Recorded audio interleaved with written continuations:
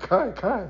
This is terrible, guys. Imagine, Todd Bowley, imagine that, let's say you bought the most expensive F1 car that you could buy, top level, but you carried the key. You took the key and you gave it to an Uber driver to drive your F1 car, and you're wondering why is the car not moving like a Red Bull being driven by Max Verstappen.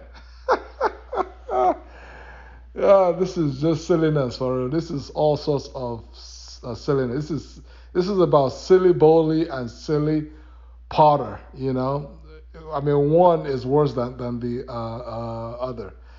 Bowley, thanks. Todd B, thanks for all the spending of 600 million. But guess what? As we finding out, and as you must be finding out the hard way, you can spend 600 million, right? But if you take that keys and give the keys of your brand new, sports car to a below par driver, it can have about 1,000 horsepower under the hood, but that car is not going to finish anywhere near even in midfield.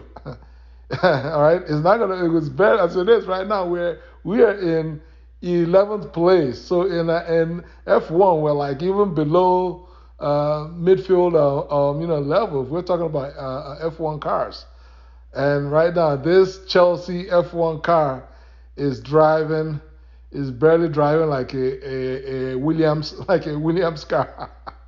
This is sad, y'all, for real. I mean, this game is a massive, just eye opener for anyone who still has doubts as to whether, Potter is the right man for this job. I mean, this right here, this game was a almost a classic way to shoot yourself in the foot.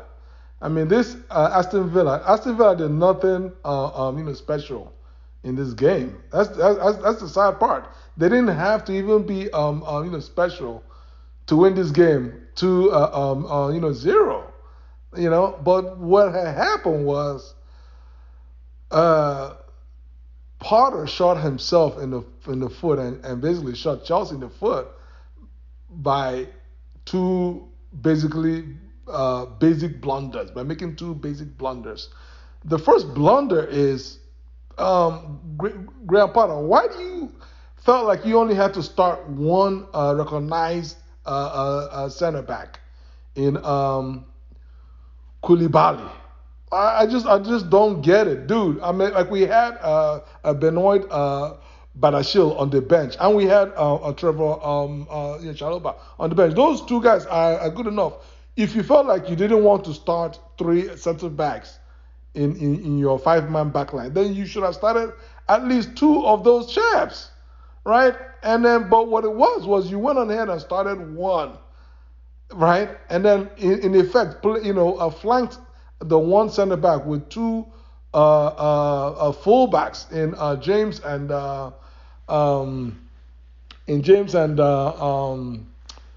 Kukurea.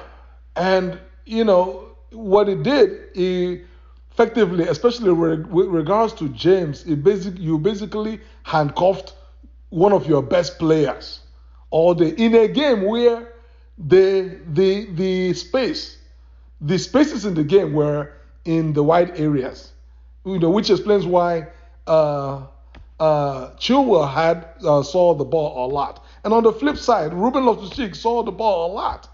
But the problem is Ruben Loftus-Cheek don't have nearly even 10% of James's quality on the ball, overall ability on the ball in the final third, in the last third, the decision making, what to do, when to pass, when to send the cross in, even to strike the ball. He cannot shoot the ball as well as James. He can't cross as well as James. His overall movement off of the ball into the open spaces is nowhere near as good as James. Like, why are you playing James at right center back as if you're playing against Real Madrid? This is just Aston Villa, dude. Like what are you doing? So I mean, what you've done is you basically handcuffed Chelsea in a game that we should have won. That's just the reality. It's a game that we really should have won. So it's just sad. It's just sad to see uh, Graham that at this point of the season we're not seeing consistent progress. That is the problem. Okay, the problem for Potter is we're not seeing consistent progress. And if you ask any Chelsea fan, right, to identify what Graham Potter's uh, philosophy is, or what is his game plan, what is he really trying to achieve with this group of players, nobody can actually, no honest fan of any kind can actually affirmatively identify and point and say this is what Graham Potter believes in, and this is why he's going to keep on trying to do this and that because this is his philosophy, and therein lies the conundrum when you hire a manager that lacks experience at the top end, because when you're I've been a manager coming from smaller club where the pressure is less on the manager to succeed, then they have not been able to um, to to sort of evolve their coaching and their tactics and their philosophy to understand how to consistently eke out results at the top level, that's the difference between a mid table team and a supposedly top table team like Chelsea. But when you take a mid table manager like Graham Potter and apply him to players that are expected to compete at the top tier of the table, then days like these are basically what we're going to be seeing every now and then. And with regards to Champions League, Champions League games, two games against Real Madrid, it's like the reality, guys, is Potter is just hoping to rely on the experience of our players that have been there and done that before. That was what got us through the Dortmund series. It wasn't any sort of crazy tactical masterclass from Potter. In the mode of Tuchel. We have seen enough. We know we're not going to get that from Potter. And today was a day where if there was any tactical masterclass to be done, he basically handcuffed himself because due to the fact that he only played with one a central defender, he obviously felt like it will be a bit unsafe going to four at the back. Yeah, because who are you going to play in central defense? Will it be what's his name? Will it be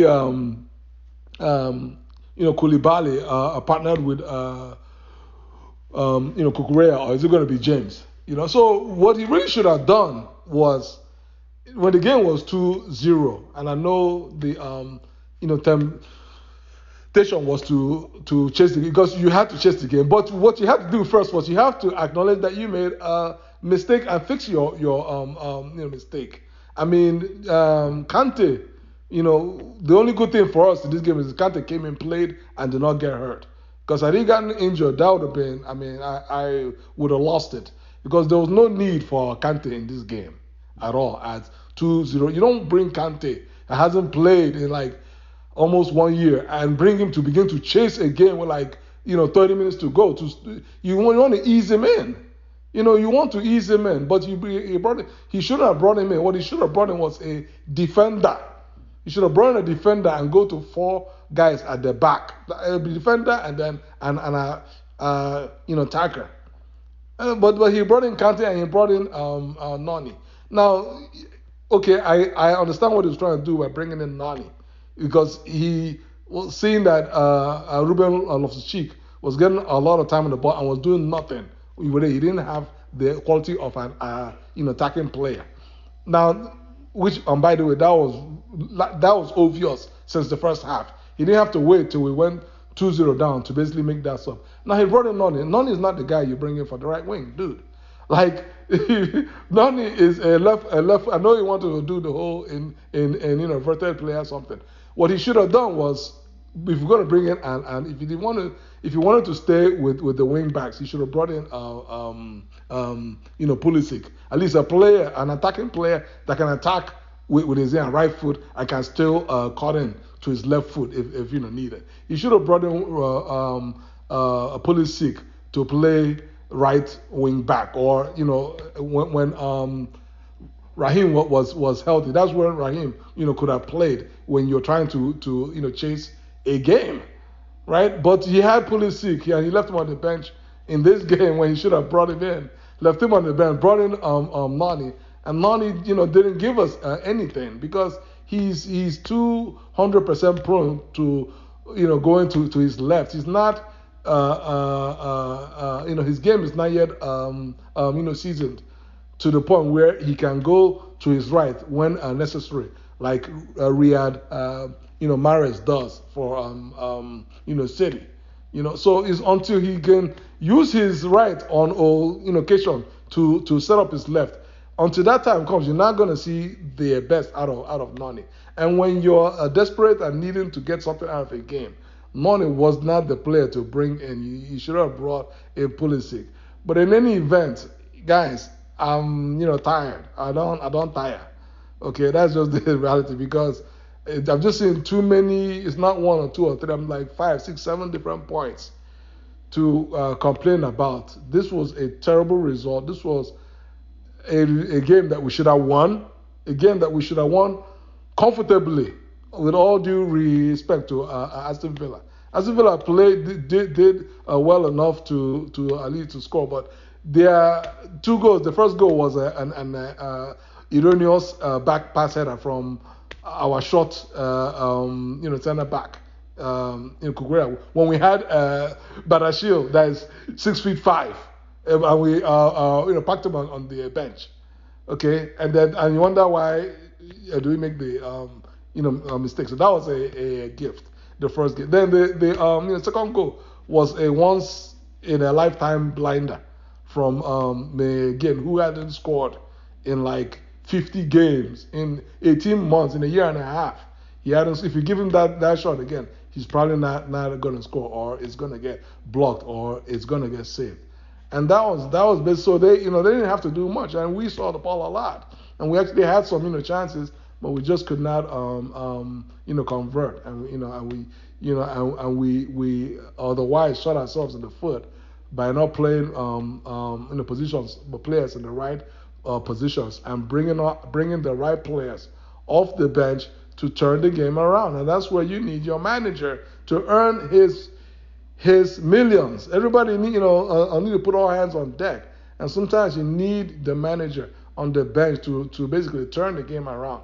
And what we are seeing consistently over the last 5, 6, 7, 8 months is Graham Potter not being able to basically turn things around.